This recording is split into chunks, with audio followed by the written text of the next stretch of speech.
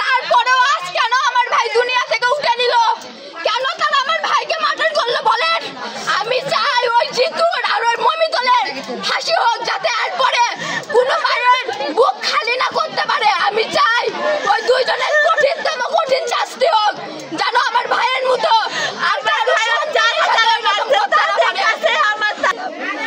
আমার ভাইকে যারা এইরকম করে বিনা দোষে কারণে মারতো তাদেরকে শাস্তি দেওয়ার জন্য আমার ভাইয়ের লাশের বদলে আমি তাদেরকে তার কাছে আমি ফাঁসির অর্ডার যাচ্ছি, সে যেন ফাঁসি দেয়। আমার আমাদের ভাড়া থাকি, আমাদের স্বামী নেই, আমাদের মাথার উপরে কেউ নেই, একটা ছেলে মানুষ বলতে কেউ।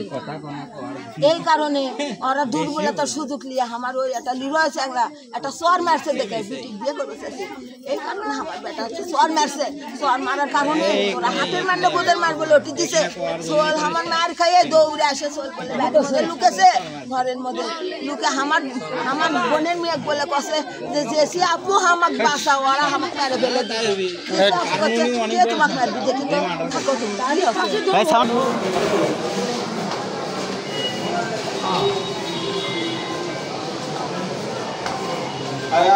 ঠিক পিছনে আসো।